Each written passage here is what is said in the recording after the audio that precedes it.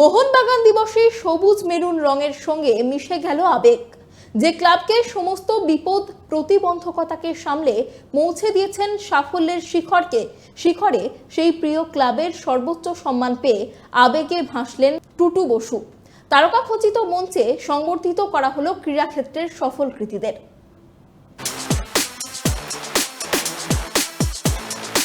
29শে জুলাই ভারতের ইতিহাসের এক উজ্জ্বলতম দিন। ব্রিটিশদের হারিয়ে স্বাধীনতা আন্দোলনে নতুন মাত্রা যোগ করেছিল মোহনবাগান। সেই দিনটিকে মোহনবাগান দিবস হিসেবে উদযাপন করে আসছে শতাব্দী প্রাচীন এই ক্লাব। এবারের মোহনবাগান দিবস ধুমধাম করে পালিত হলো নেতাজি ইন্ডোর স্টেডিয়ামে। কৃতীদের সংবর্ধনা, জমকালো সঙ্গীতানুষ্ঠান অন্য মাত্রা যোগ করেছিল অনুষ্ঠানটি ঘিরে চাঁদের হাট বসেছিল নেতাজি ইন্ডোরে।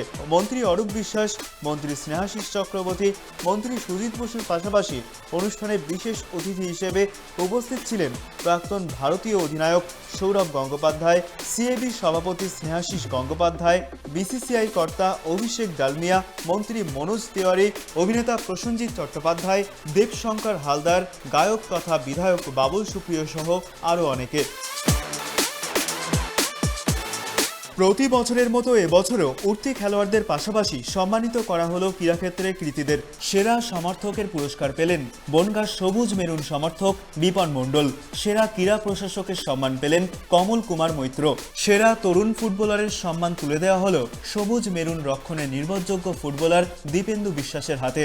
সেরা ফরওয়ার্ড ও সেরা সিনিয়র ফুটবলারের অ্যাওয়ার্ড পেলেন জেমি ম্যাকলারেন ও আপুইয়া। জীবন কীর্তি সম্মানে সম্মানিত করা হলো প্রাক্তন ক্রিকেটার রাজু মুখার্জি। তবে এবারের মোহনবাগান দিবসের অন্যতম আকর্ষণ ছিলেন ক্লাবের দুর্দান্ত প্রতাপকর্তা টুডু বসু। গত 4 দশকে একাধিক ঐতিহাসিক সিদ্ধান্ত নিয়ে মোহনবাগানকে পৌঁছে দিয়েছেন সাফল্যের শিখরে। সেই প্রাণের প্রিয় ক্লাব এবার তাকে মোহনবাগান রত্ন সম্মানে সম্মানিত করল। প্রিয় ক্লাবের থেকে এই সম্মান পেয়ে আবেগে ভাসলেন টুডু বসু। অশ্রুসিক্ত চোখে স্বভাবসিদ্ধ ঢঙে জানিয়ে দিলেন, হাতে চাঁদ পেলাম। ক্লাবের ক্যান্টিন তার নামে করার আবদারও জানালেন বর্তমান কমিটির কাছে। ফার্স্ট বয় একটু কলার তুলে হাঁটতে শুরু করছে, অন্যরা বলছে কিরে তুই কি হাতে সালা চাঁদ পেয়েছিস না কিরে। তো আজকে আমার মনে হলো যে অনেক রত্ন দিয়েছি অনেক প্লেয়ারকে, কিন্তু মোহনবাগানের এই সম্মানটা আমার কাছে হাতের চাঁদ পাওয়ার মতন হলো।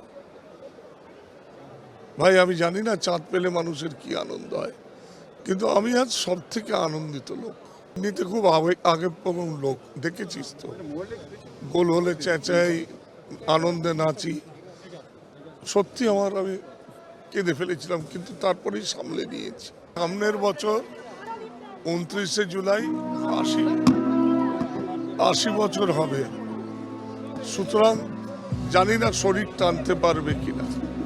শুনলাম 19টা লাইভ মেম্বার হয়েছে। আমায় বললো 1 লাখ টাকা দেবে তার সঙ্গে। তাহলে আমি কালকে একটা 4 লাখ টাকার চেক পাঠিয়ে দেবো, 5 লাখ টাকা জমা করবি। ভবিষ্যতে জন্মে আমি যখন আসবো আমার লাইভ মেম্বারটা যেন বুক করা থাকে। আমার পাশে দুজনকে মিস করলাম। এক আমার প্রিয় বন্ধু অঞ্জন, আর তোদের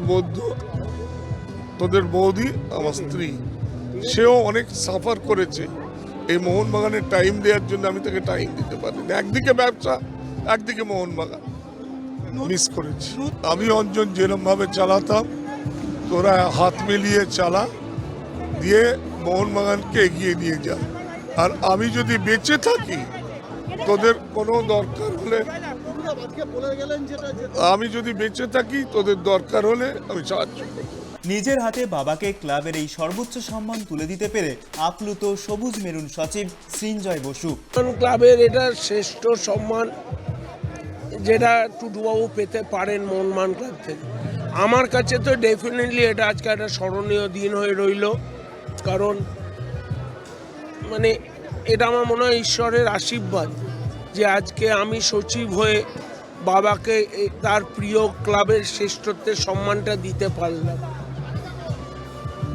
তো বাকি তো উনি যা বলেছেন, আজকের দিনটা আমার মনে হয় উনি তো ক্লাবকে ভালোবেসে দিয়েছেন, ক্লাবেরও ঠিক সময় মতন আজকে এই উপযুক্ত সম্মানটা ওনার কাছেও আমার মনে হয় একটা মানে এতদিনের মোহনবাগানের এতদিনের ব্যবসার জীবনে আমার মনে হয় এটাও ওনার জীবনের একটা সেরা প্রাপ্তি। দায়িত্ব আরও বেড়ে গেল জানালেন ক্লাব সভাপতি দেবাশিস দত্ত। ডুডুদার এই একটা দিনের বক্তব্যে কিছু নয়, ডুডুদা তো সারাক্ষণই আমাদের অ্যাডভাইস করছে, একটা দিন কি বললেন তাতে কি হলো। এক ঐতিহাসিক মোহনবাগান দিবসের রেশ গায়ে মেখেই আগামী সাফল্যের স্বপ্ন নিয়ে ঘরে ফিরলেন সবুজ মেরুন সমর্থকরা।